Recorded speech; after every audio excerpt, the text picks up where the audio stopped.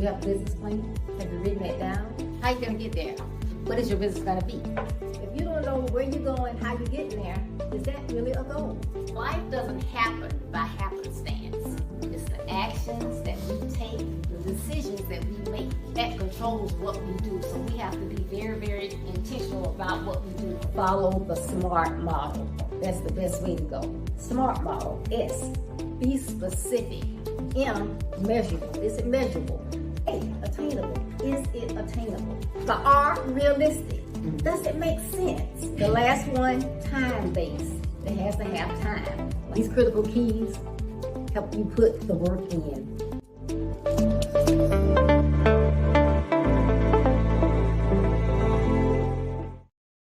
Build Your Best Life with Coach Deborah D. Smith is excited and supercharged to continue our mission work this year.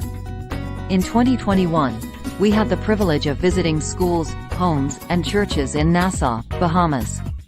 We want to be strategic in ensuring young men in the Bahamas have the content to overcome obstacles and build their best lives. We plan to provide 100 books to young men during this missions trip.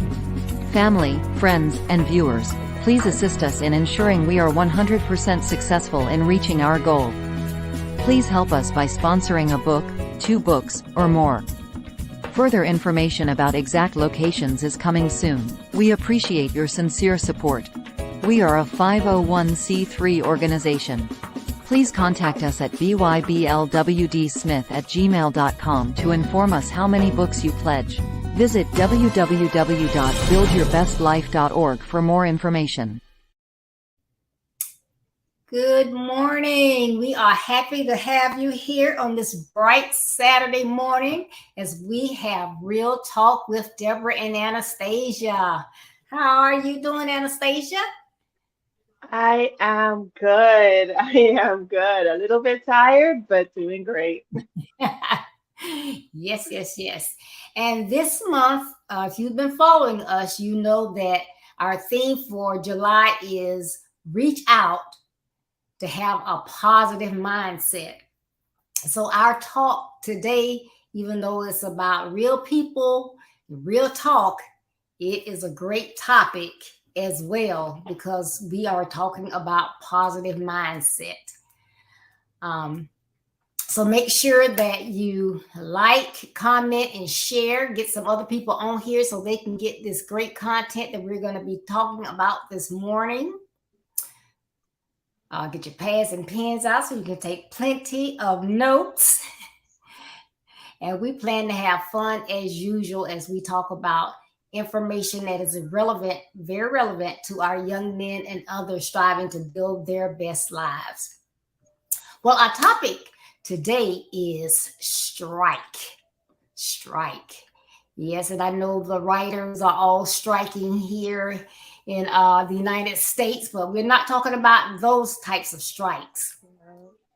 I'm going to read a quote to you that was created by Babe Ruth. He said, "Every strike brings me closer to a home run." So what does that mean? If he sat there and never hit at a ball and made a strike, he would never make any home runs. So you have to put some action into what you do in order to be successful. You can't just sit and not do anything. So how many strikes versus a home run?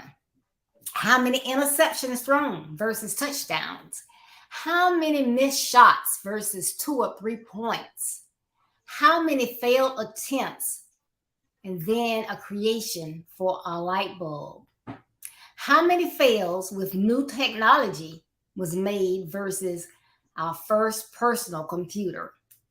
You cannot allow negative results to stop you from moving forward to achieve those positive outcomes. What do you think about that, Anastasia? I find the quote especially to be so deep because, on the surface of it, you're talking about baseball. It's the American pastime and it's, fun to watch, especially if you're into that type of thing.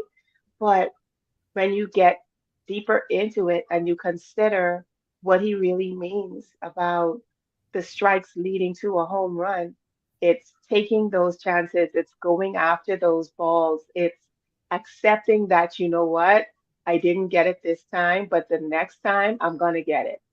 Or me going after it another time brings me closer to getting it. And if we can get to that type of a mindset in other aspects of life, there's no stopping, there's no limits on where we can go and what we can do. Right. Well, if you think about it, you might ask yourself, why is positive mindset important to be successful? Why does that matter? Well, people that are close to you, outsiders who are toxic, and then people who just don't understand your circumstances will take you out of your destiny if you don't have protection around you. A positive mindset is a huge deterrent to keeping all the negative toxins out and providing the tools that you need to fight against them. So you got to have some protection up. If not, all that negative stuff that is around you will begin to impact you and seep into your spirit. So today, as we talk about real people who have overcome negative obstacles to build their best lives. So that's what we're going to be talking about. Those people who could have allowed the negative things around them to make them normal, everyday people or worse, but they didn't. They instead listened to their hearts, their destiny, and took and used positive things rather than the negative. So I'm going to talk about 2 people today. My first person is Albert Einstein. And so, when you think of him, when you hear that name, all you think about is success. Okay. But he didn't just wake up and all of a sudden he was successful. Right. But this man, he had some obstacles.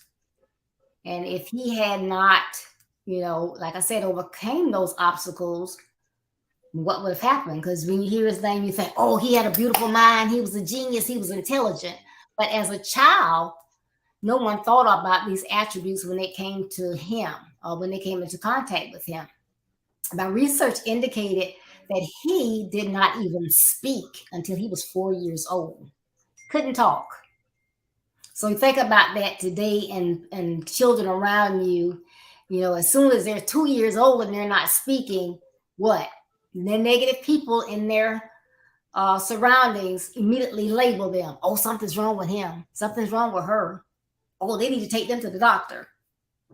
We never, stop to think, hey, that might be someone that's listening. They're taking in everything that's going on around them. But he couldn't speak. And then he could not read until he was 7 years old. So there were a lot of people back then that said, oh, little Albert, he's mentally disabled. I don't know why his parents don't put him away. He's not going to ever be anything. He's not ever going to be able to play with other kids because he's not going to be on their level.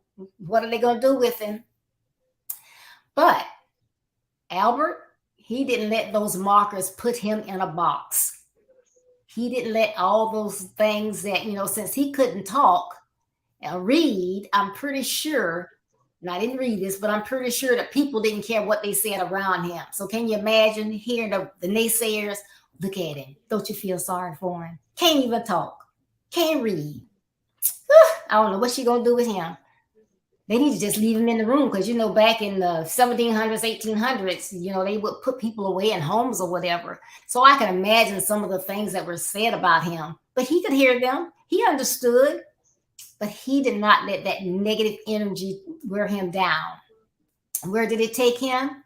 When he did begin to talk, they could see the intelligence that he had. He ended up winning a Nobel Peace Prize. He was one of the world's greatest physics.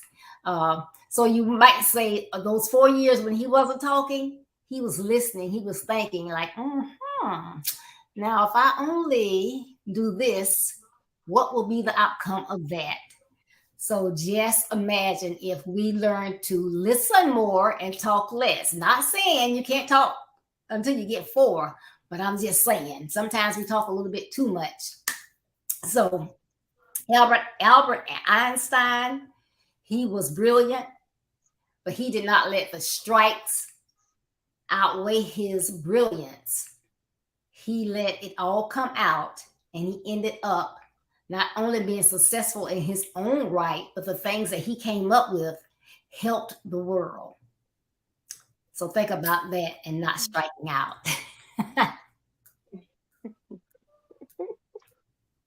It's a lot to think about, Miss Deborah. Myself being in the education field, I would probably be one of those persons to say, listen to me, if he is not talking by 4, at 2, 3, we're starting to recommend, okay, I think you need to take this one to the doctor. I think you need to, let's make sure that everything is in order, get his hearing tested, make sure that there's nothing that's actually hindering this conversation that should be happening. But what I do believe what was probably more important in the life of Albert Einstein was the way that his parents responded to it. Of course, as a part of your research or mine, we cannot determine or it is not written what his parents did. But if it was a modern day Albert Einstein, then you would think that if he's not speaking to you, that doesn't stop you from speaking to him. Mm. If he's not able to read, that doesn't stop you from reading to him, you know? And Right. so that encouragement and that pouring in of information most likely was still what was happening around him. And so even though he wasn't able to give that information back, he was still taking it all in and Yes. he was still processing a lot. And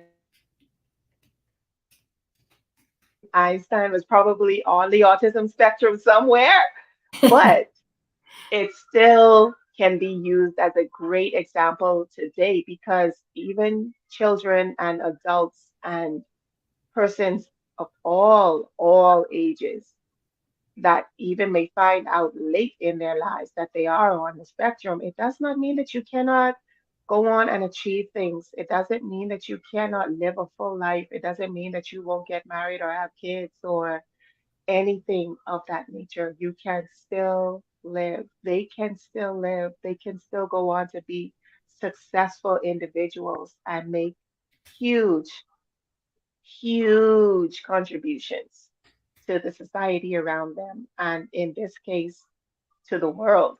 You know, we can't imagine where we would be without the things that he's done and the experiments and the theories that he started. We would be many, many years behind waiting on someone else to do what he did. But, you know, I when we going into, these learning things and how children are handled, that's a whole other topic for me. It's a whole other thing for me. But we can look at someone like Steven Spielberg. Now, in today's mind, we're thinking about all of the accomplishments that he's had, which would be movies like E.T. E.T. was a huge, huge hit, 1982. He was the director for Jaws. Huge, huge movie. Raiders of the Lost Ark. We just got another one that came out in theaters now. Huge, huge stuff, Saving Private Ryan. There's a long, long list of the movies that Steven Spielberg has been a part of and that he has directed and he has been in entertainment for so many years and has been a household name for such a long time. But even though his cinematic output has grossed more than $9 billion and it has brought him 3 Academy Awards, he was rejected twice by the University of Southern California School of Cinematic Arts. Not once, not once. He was rejected twice. He was struggling with dyslexia, and it made it harder for him to cope with the school. To date, he has won 11 Emmys, 3 Oscars, 7 Golden Globes, and he's one of the most successful directors of today's time. As their way of saying, oops, I guess we were wrong about you. The school built a building in honor of Spielberg. So he not only now has his cinematic success, but the people around him that told him, no, you're not good enough. We're not going to deal with you. You don't have what it takes. They ended up having to, do their very best to try and reconcile and ended up building a building in his name, in his honor. But let's look back at it. He was rejected twice and continued on. He was rejected twice.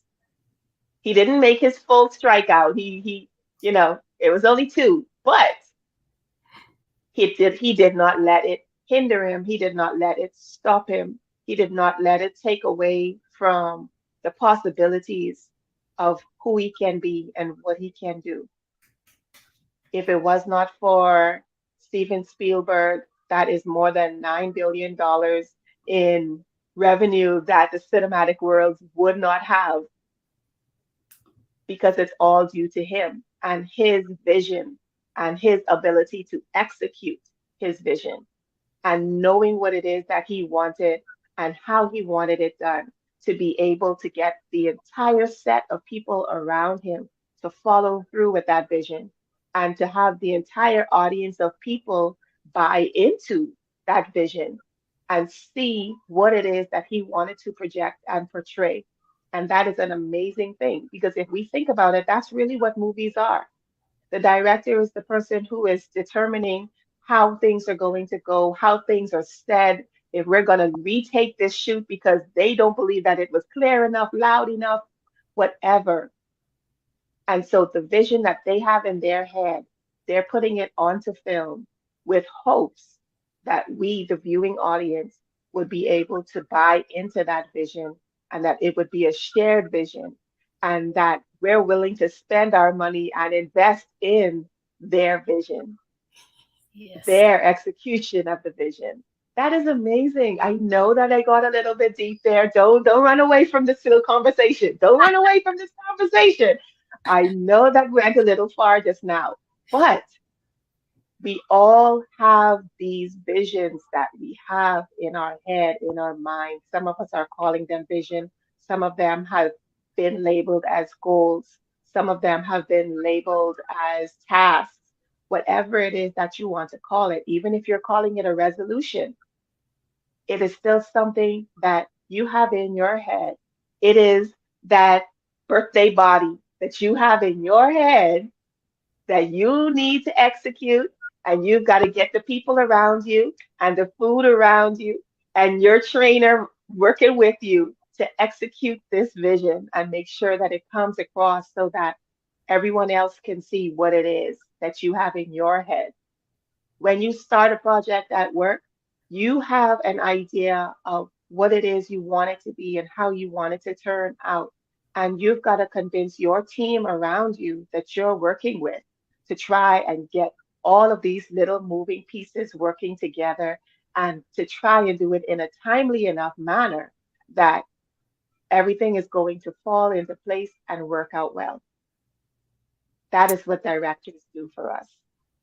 And a young man that grew into an old man with dyslexia was able to do over $9 billion worth of execution. Isn't that awesome? That is awesome. That is amazing. Yes, I can remember 1975 when Jaws came out, and it was like, oh my goodness, wow, we just could not believe it. But anyone that knows anything about any of his movies, they are also awesome. And just think, he had dyslexia, and it could not have been easy for him to get through school. I'm pretty sure it was a struggle. But then to have that burning desire or passion to do something, and then it had to be, I will say, his purpose that was given to him, because he has the tools to get it done and get it done at a high level. And to have people say, nah, you're not built for this. You can't do this. Nope. I know you were here before, but we can't use you. But look, he had the determination to say, you say no. But I'm going to say he said, he might not have said it, God said yes. But he did use a positive mindset, and he went ahead regardless of what other people said he could not do. And he has shown them, like Anastasia say, I know over probably close to 50 years, he has been doing this and doing an excellent job. I have not seen any of his movies that I did not like. So again, you do not allow negative people, negative situations to make you strike out. You got to keep going. And because if you don't try, that's what you're doing. You're striking out. In the cemetery, there are so many movies and plays and books and technology that we will never have the ability to use, because people let negative energy, their self-esteem or what have you, allow them not to make those things come to pass. Yep. All righty. So I'm going to tell you about my second and last person. And most of us know this person. And I'm not going to say their name right now. But this person that I want to talk about, they definitely had a positive mindset. And at one point in their career, everybody wanted to be like this person. I want to be like him. Can I be like him? Oh, yes, I want to be like him. But sometimes, others can't see your potential, or they have other hidden agendas why they try to hold you back. They'll try to hold you down. I got this spot. I only got so many spots. But, I know this young man's family. He's not as good, but, I need to get him on my team. So although this young man had a love and passion for basketball, he always worked hard. So he had played basketball just about his entire life, and he loved basketball and he was good at it. However, as a sophomore, he went out for his high school team. And I don't know this for sure, but I'm just thinking in his mind, he knew how good he was and he knew he had it. But when he looked at that roster, his name wasn't on there. And in my research, I didn't have this is the first time I ever read this. I remember reading it, but it said at this time that he was a sophomore that he was kind of below our average height. So that was one thing. It was like, because of his height, he's not, you need to be tall and everything, and along with having skills and abilities. So, he's not going to make it. But the young man did not let them deter him. He began to work. So that summer, he worked hard and hard and hard while others were playing, having fun. He was practicing, getting it in. I'm going to do it. And guess what? When you put in the work, and you don't sit back and like, woe is me, well, they said I can't do it. But he loved it. It was his passion. It was his purpose. He put in the work, and guess what? He grew 4 inches over the summer. How fantastic is that? He grew 4 inches. Well, when he was given the opportunity to play, he would average 25 points per game. As a senior, he was chosen for the McDonald's All-American team, and he received a basketball scholarship. Now, you got to be good to get that scholarship to the University of North Carolina. So I know you know who I'm talking about now. I want to be like Michael Jordan. Yes. He was great, but he had to put in some work. He had to overcome some obstacles. He had to overcome those people that said, you're not going to make it. You're too short. You're just average. No, there are more people that are better than you are. But he kept going. And while he was at the University of North Carolina, he took his zeal and he kept practicing and practicing and practicing. And his mind was on that next level. Not that I got to play in high school, not that I got a scholarship and I'm at college, but I'm going to the NBA. And he was able to continue to play, and he was selected 3rd overall in 1984. And y'all know he went to the Chicago Bulls. Because I remember that's when the starter jackets were out, and I bought my son a Chicago Bulls starter jacket. Well, in his first year in the NBA, Mike averaged 28.2 points per game. In 6 of his games, he scored over 40 points. Through his hard work, his daily grind, and his commitment, he won 5 regular season MVP awards, 6 NBA championships, 6 NBA finalists MVP awards, 3 All-Star Game MVP awards, and a Defensive Player of the Year award. And he is said to be one of the greatest all-time players. And what I love about Michael, and if you read my book, he's in there because they said, like, after the end of the game, whether he won, his team won, or they didn't win, everybody went to shower, go hang out, go see the ladies or whatever. Guess what Michael was doing? He stayed behind in the gym and he practiced some more. Because he had that passion. He was going to keep going. He was not going to be struck out. He was going to keep going, and keep going. And before I close, I want to give you this quote that Michael Jordan gave, and a lot of people really like this quote. He says, I have missed more than 9,000 shots in my career. I have lost almost 300 games. On 26 occasions, I have been entrusted to take the game-winning shot, and I missed. I have failed over and over and over again in my life, but that's why I succeed. So having a positive mindset beats all odds. Take it away, Anastasia.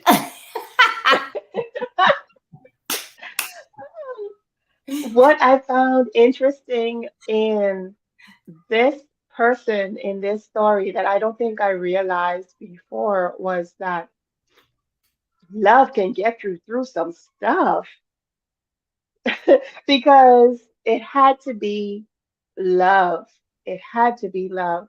Like, in order for him to give up those opportunities to hang out with the rest of the team afterwards, to give up those opportunities to hang out with some ladies afterwards, because let's be honest, come on, that's what you're gonna want to do. Yeah. It had to be love that kept him from wallowing in self-pity those 26 times that he was trusted with that shot and he still didn't make it. You know, it had to have been such a love, such a deep love for the game that kept him in it for so long and had him moving so strong within it. And so I guess my takeaway from his story would be to make sure that our love doesn't die for the things that we want to do and the goals that we want to achieve. You know, these things that we want for ourselves, or, sometimes things that we want for other people. It's still based in love. And, ooh, child, that's a lot of love. That's a whole, that's a whole lot of love. You just played a game for 2 hours, all of that running up and down, and you're gonna go ahead and have a self-imposed practice. Ooh, that's a lot. That really is a lot. But I love him. If your son could still find that starter's jacket, I'm sure that it would be worth a whole lot of money right now because, that classic memorabilia, those things are worth money right about now. But I do know the jacket that you're talking about. They were great. They were really great. My sister had one, and I was really jealous of it. Mainly because I like the color red, because I was little at the time anyways. So it's mainly because I like the color red. I didn't know who he was and what it was at about 1984. But I did grow to love him. I did grow to become a fan.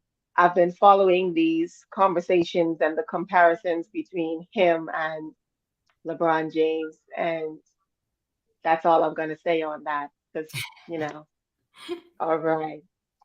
But as we move into another area, well, somewhat of another area, when we're thinking of people that are so great in their field, we can also think of Oprah Winfrey.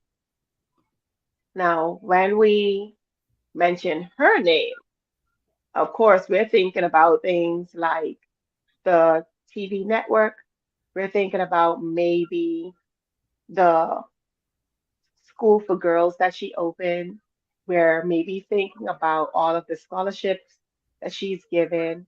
We're maybe thinking about her book list, you know, the recommendations that she's made and the person's life that she's affected just by saying the sentence, I've read this book and I liked it, or I saw this movie and I liked it.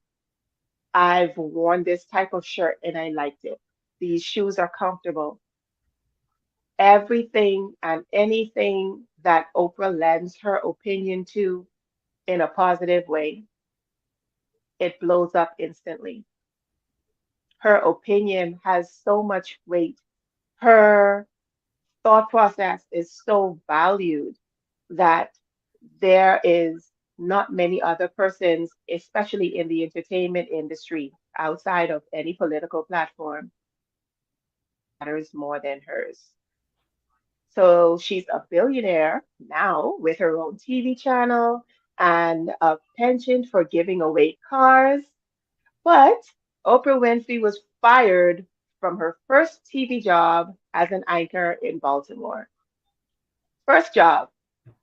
I'm sure that there are a lot of us who can think of what our first job was, and we did not go back into that field anymore. Absolutely not. Usually your first job is something that you're just getting so that you can go out on the weekends and so that you don't have to hassle your parents for money anymore and all the rest of that other stuff. But her first job in the career that she knew she wanted to have and in the area she wanted to dedicate her life to, she was fired. And that is such a crushing experience. If you have never been fired from a job that you've been at, count yourself lucky, count yourself blessed, because it leaves you with all sorts of questions in your head. Even if you knew that you were stealing paper, and because we're not going to talk about anything bigger, that, like, we're not going to talk about like fraud and all the rest of that other stuff to get fired for. But of course, her case was not that big. So when you feel like you are doing your very best, and the most that you've taken from the company has been a pen that you used to sign out and you forgot you still had it, and so you took it in the car with you. And the latest that you've been was 5 minutes early because there was a traffic jam on the road and it stopped you from being your usual early. And so you were only 5 minutes ahead of your time instead of actually being the 30 minutes that you usually are. Or you had to leave early because of whatever reason, family emergencies, they happen. You've given your best to this job. It's become a passion of yours. You've fallen in love with it so deeply, and then boom, get out of here. Just bye. Not, don't worry about the severance package and everything. We'll mail you. We'll give you a call later. It's a soul crushing experience. And there are a lot of people in a case like this that would think, okay, maybe I really am not good enough. Maybe I really should look into doing something else. Or, you know what? McDonald's is hiring. Maybe I can do that for a while. There are a lot of different options. There's a lot of different routes that you can take after having such an experience. But what Oprah decided to do was to keep going, to continue on.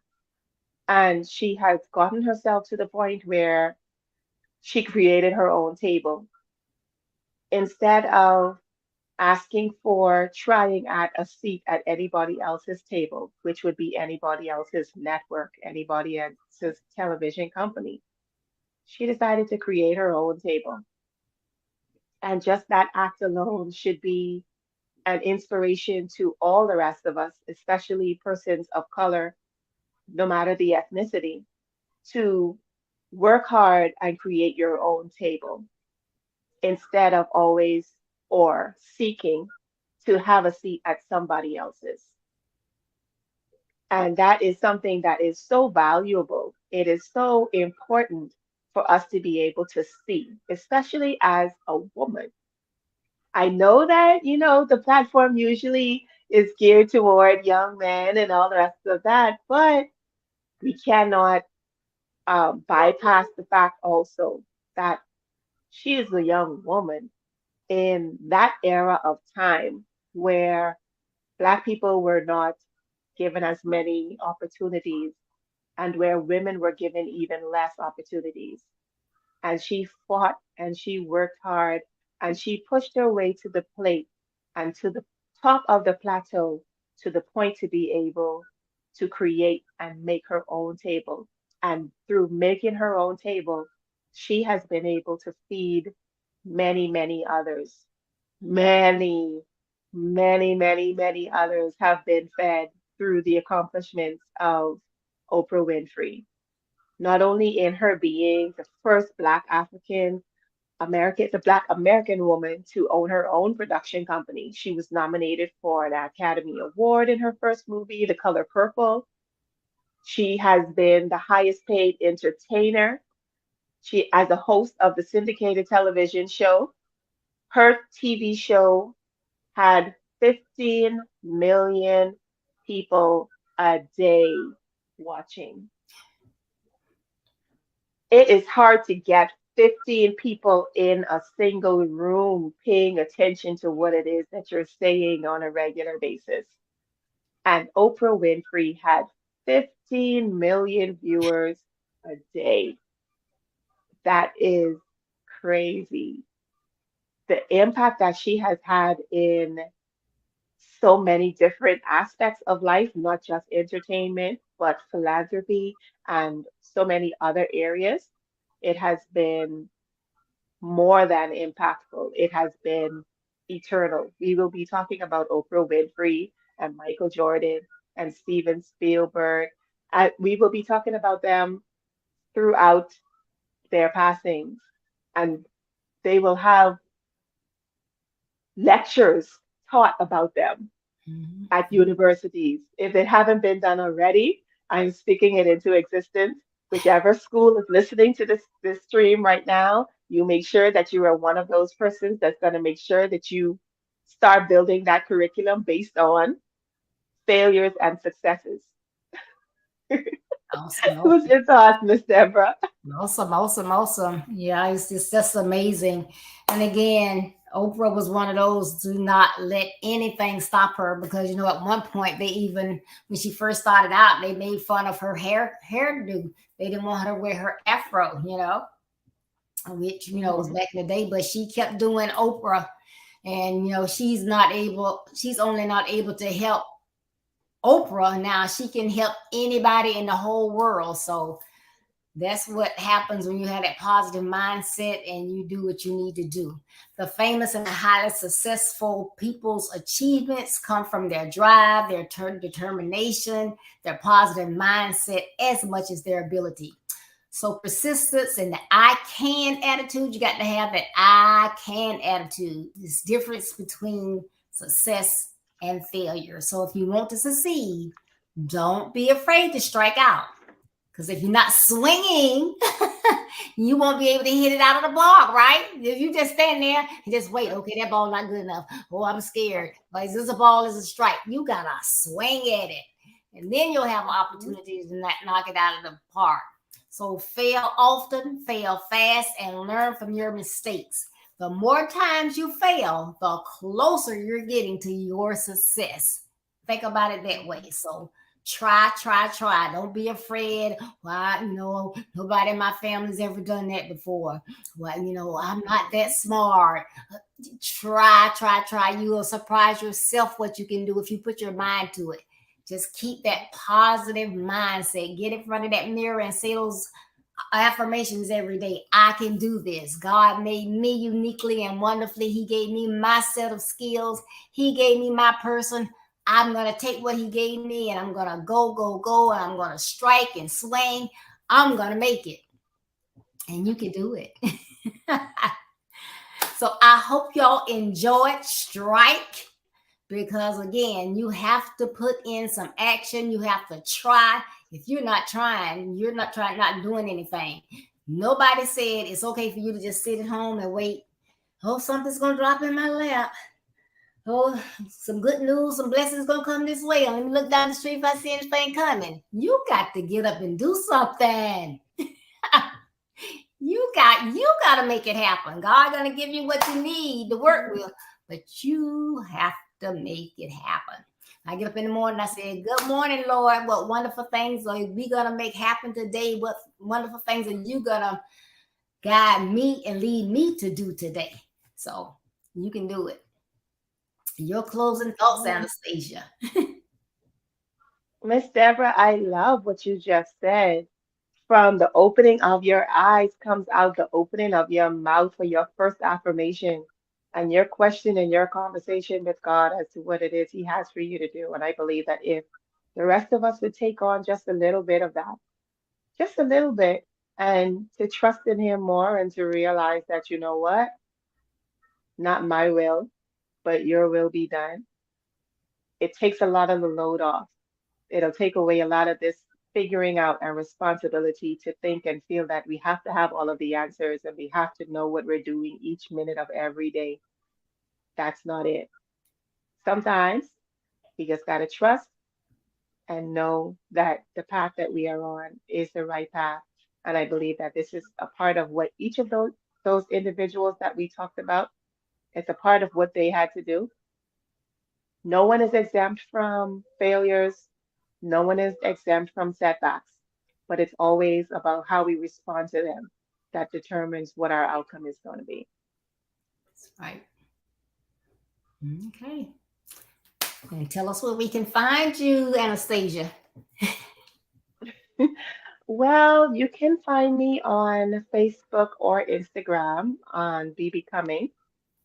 Um, if you're looking for me in any other way, you're gonna have to get me there first. All right. Thank you. All right. Make sure you check out my website, www.buildyourbestlife.org. I have a blog that comes out each Monday. You need to check them out. You will find them motivating, getting you started for your week, and you'll be ready to go, go, go, go, go. Also, you can check out my calendar of events to find out what's going on. I'm going to show you a clip in a few minutes, but our education symposium begins on July 31st. But you can find all the details on my website. As well, you can see the products that I offer, which is speaking, webinar speaking, consultations, and coaching. And also you can get an autographed copy of my book, Build Your Best Life. It's about your life, your actions, and your credibility, overcoming obstacles to build your best life. And this book is a jewel for any and everyone. Get your copy and read it. And I know you will enjoy it. Pass it on and buy those for others. And if you came on late, I am going on a missions trip in October. And I want to be able to provide 100 of these books to young men. So if you can donate 1, 2, or however many books, we would greatly appreciate it. And I will be putting that information up during every broadcast, but you can email me, go on my website, send me an email at byblwdsmith, Build Your Best Life with Deborah Smith at gmail.com. So that's byblwdsmith at gmail.com, and let us know how many books you will sponsor.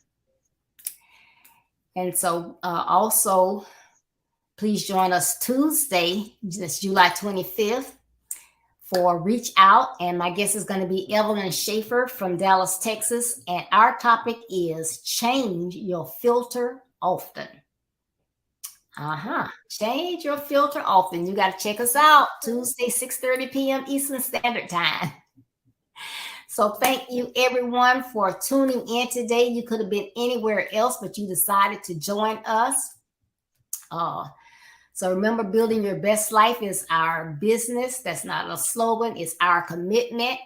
As we leave today, you will see a video about our upcoming educational symposium. And I hope and pray to see you on Tuesday at 6:30 p.m. Eastern Standard Time for Reach Out with Evelyn Schaefer and myself. But check out this video, and we'll see you on Tuesday. See you, Anastasia. Love you. Bye. Build Your Best Life with Coach Deborah D. Smith invites you to join our 4th annual virtual educational symposium. This year's theme is Educators Reaching Young Men. We have 4 excited, innovative, and effective educators ready to lead our young men into a better future.